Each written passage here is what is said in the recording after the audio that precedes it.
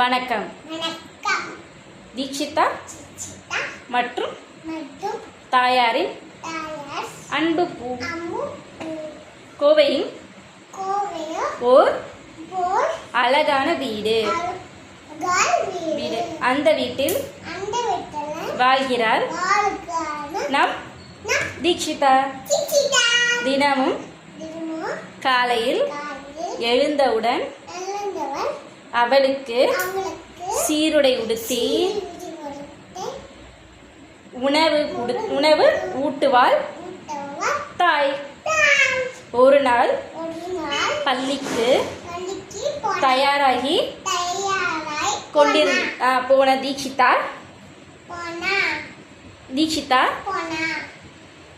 தீக்ஷிதா தாயின் காலில் விழுந்து வணங்கினாள்.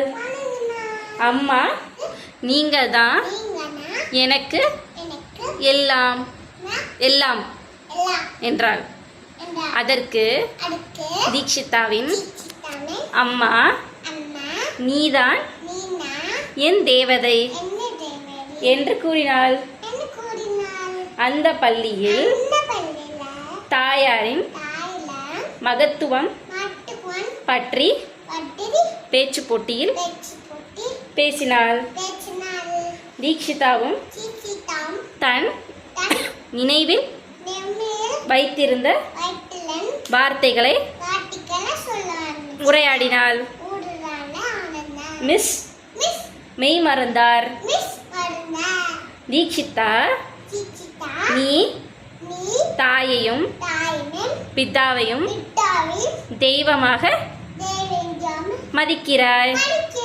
அதனால நீ வாழ்வில் உச்சத்தை அடைவாய் என பாராட்டினார்.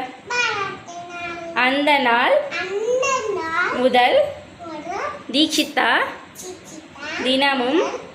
தினமும் தாய்க்கும் தந்தைக்கும் நன்றி அம்மா, நன்றி அப்பா என்று சொல்ல